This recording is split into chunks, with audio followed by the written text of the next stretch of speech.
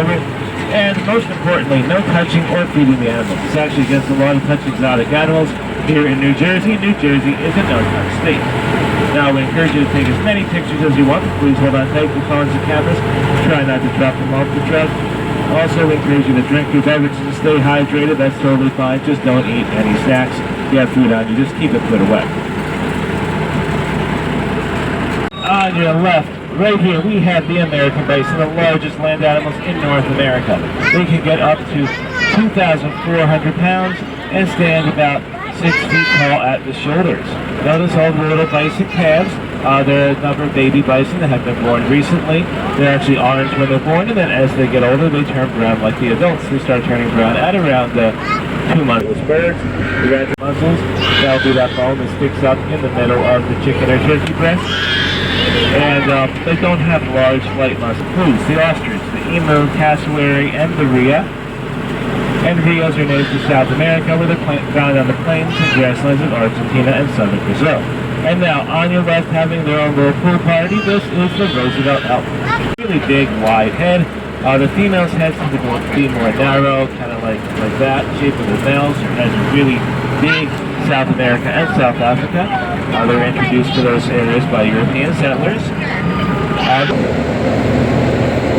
There are 2 species of the members of the cassowary family, including the emu, have very tiny black rhino, which is critically endangered as well. Both the African species have 2 horns, one on the nose, one on the forehead. Now, a lot of the animals we have are hoofed animals. They actually come in 2 different categories.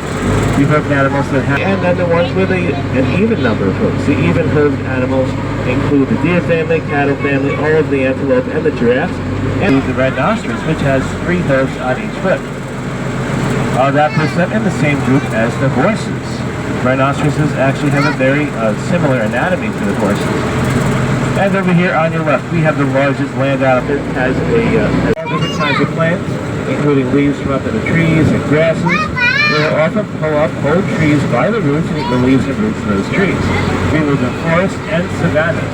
A lot of Africa is covered in a habitat called the tropical savanna, which is a grassland with trees mixed in. In many of the savanna areas, the elephants pull up so many trees by the roots that they actually help to maintain the tree population and keep, like the zebras, wildebeest, antelope, and the rhinos. The Africa's tropical savannas with both trees and grassland can support a very wide range of wildlife. So the impact could change in their absence if they would go extinct. So as some of these savannas could turn into forests without the elephants, that makes them a keystone species. Now we have the zebras on your right. Zebras are members of the horse family, but they're actually closely related to the donkey than they are to the horse. You have zebras on your left as well. So the zebra's stripes are not for camouflage, they blend in with the background. We have a female ostrich over there on your left. They come in 2 colors, black and gray. Males are black, females are gray. That's an example of something called sexual dimorphism, which means that there's 2 forms of the animal, of that species. They have 2 different appearances. The one is the male, the other is the female. So here we have a female all the way back there with some eggs. Now the male and female of these little baby ostriches with their dad. Now ostrich fathers are very protective of their chicks. A lot of times they will patrol the area, and if there's any animals that get a little too close, they will go after them, try to chase them away. I've seen a standoff between this ostrich and one of our antelopes recently, where the antelope was getting all annoyed with the ostrich and then bearing his horns. The horse-like antelopes, both males and females have horns. Visa oryx are one of the oryx species, which have a unique ability to control their body temperature, where they can allow to go as high as 116 degrees. The reason why that is a benefit is because they will know. Back there we have blue wildebeest, all the way back to the fence. They're bluish-gray colored. And also we just passed some animals on your left that look like large deer with a white ring on the rear end. One reason for that is because they can fly, and we did not want to fly into a tiger enclosure. That definitely would not be good for the peacock. Okay, we have a young giraffe waiting to greet you. You know, giraffes are 6 feet tall when they're born, and this one was probably a year or 2 years, probably a year or two old.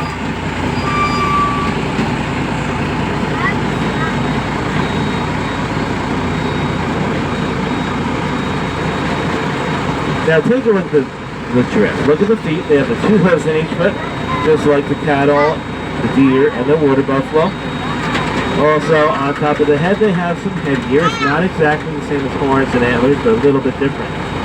Those things on their heads are called ossicles. Over here, this is another species of antelope. This is the scimitar horned oryx, a very close relative of the bisa oryx you saw before. And they too have that adaptation to surviving in dry areas where they can allow their body temperature to rise instead of sweating and panting. That works out good for living in very dry, hot environments such as the Sahara Desert where they're native. Scimitar horned oryx are critically endangered now because of overhunting, as people hunted them for their meat, and there are now about 300 in the wild.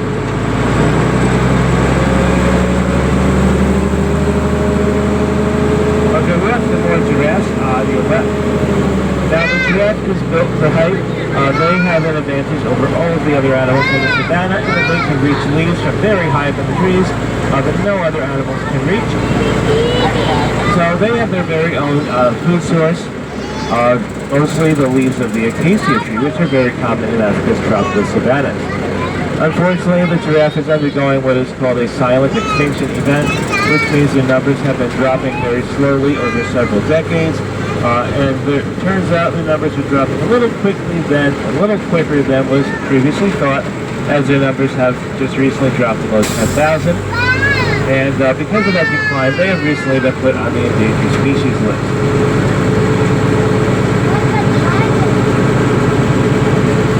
Now the giraffes have ossicles on top of their head. It's a little bit different than horns or antlers.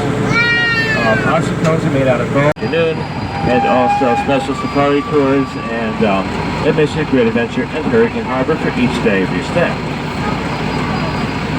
So now we have another antelope on your left. Now you saw the scimitar horned oryx before, which have a very similar color with a lot of white on them. This white color helps to camouflage with the white sand in the Sahara Desert. So a lot of these Sahara Desert antelope tend to have a lot of white on them. That includes the scimitar horned oryx, this species, the addax, also known as white screwhorn antelope. You have some more over here on your left and on your right. The addax also belong to the horse-like antelope subfamily along with the 2 oryx species. But now they're only found in a few tiny isolated populations in the southern parts of the desert. White-tailed gnus native to South Africa. They used to be numerous, but then in the 1800s they were hunted to extinction. 200 individuals happened to survive. Later they reintroduced back into the wild in the 1900s. On your right, those are sable addax and the 2 oryx species you saw before. Sable antelope are common in Africa's tropical savannas. Over here on your left, this is the Barbary sheep, also known by the local name. Lion is the 2nd largest cat species in the world after the tiger. Males get up to about 600 pounds, females up to 400 pounds, and only the males have a mane. Lion is unique to being the only cat that's a truly social species. There's all males here, you don't see any females. Well, this is the bachelor pride.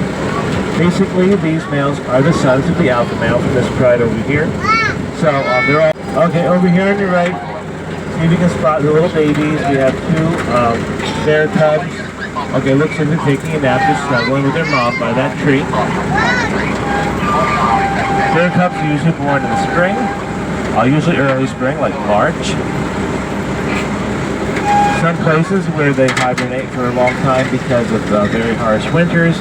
That tan color with the vertical white stripes helps them to camouflage with the tall grass in the savannas and grasslands. Now this little tiny animal over here is a baby red lechwe. Kind of looks like a baby deer, like a fawn, but you can tell it's not a fawn by the fact that it does not have white spots like fawns normally would. This is actually an antelope. Oh, those are fallow deer on your left. You know the fallow deer is the older species of polar bears. That's actually a different species, but the polar bears considered to be a descendant of the brown bear. But they changed so much that they are considered a separate species now. Okay, look, we have two bears hanging out in the water, snuggling. So the brown bear, they exist as a number of different subspecies. You have the grizzly bear, similar to other brown bears, but they're slightly smaller.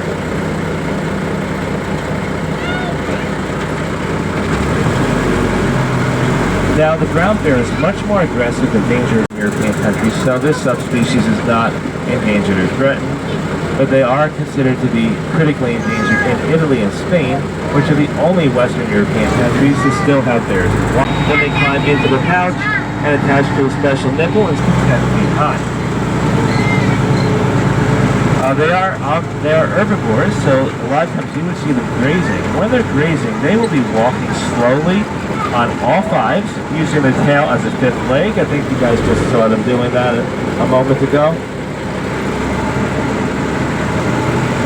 And over here on your left, we have the emus. The emu is the second largest bird in the world after the ostrich, and they can get up to 6.5 feet tall. Now, if you look at their feet, you see they have 3 tiny wings. The wings are called vestigial. They are considered an endangered subspecies. Every other subspecies of the tiger is critically endangered, with only a few hundred left in the wild. That includes Siberian, Sumatran, Chinese, and Javan tigers. These are Siberian tigers on your right. There are 5 of them. They're all members of the same litter. Notice there's one hanging out in the pool. And we have some more Siberian tigers on your left. This one is the grandmother of those 5. Her name is Spot. And we have 2 more tigers in this section. One in the corner there. The other one is somewhere in this area. Tiger eats in the wild. So they are large animals. They prefer not to eat small antelope species like the black buck. Instead, they prefer to eat very large antelope like the nilgai. We have 2 nilgai over there, one right here. You can easily recognize these animals by the black and white stripes on their ankles and their kind of deer-like appearance. The word nilgai means blue cow in Hindi, and you'll notice some of the older individuals are to be found more widespread. However, they were hunted to extinction in Pakistan, but in India they're generally not hunted because they're sacred in Hinduism. So most people in India don't hunt the nilgai. The nilgai is the main prey of the Bengal tiger. In northern India, where the Bengal tiger has already been wiped out, the nilgai have a huge overpopulation, and they're actually invading people's farms, eating their crops, and become pet pests.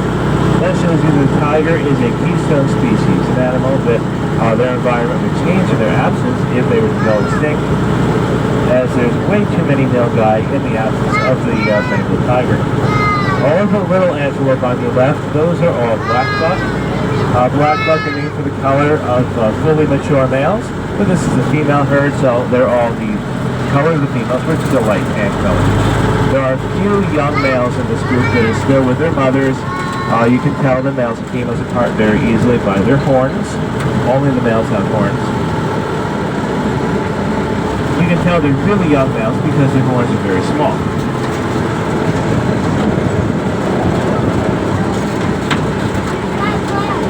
Or a female black buck. Oh no, that was a male.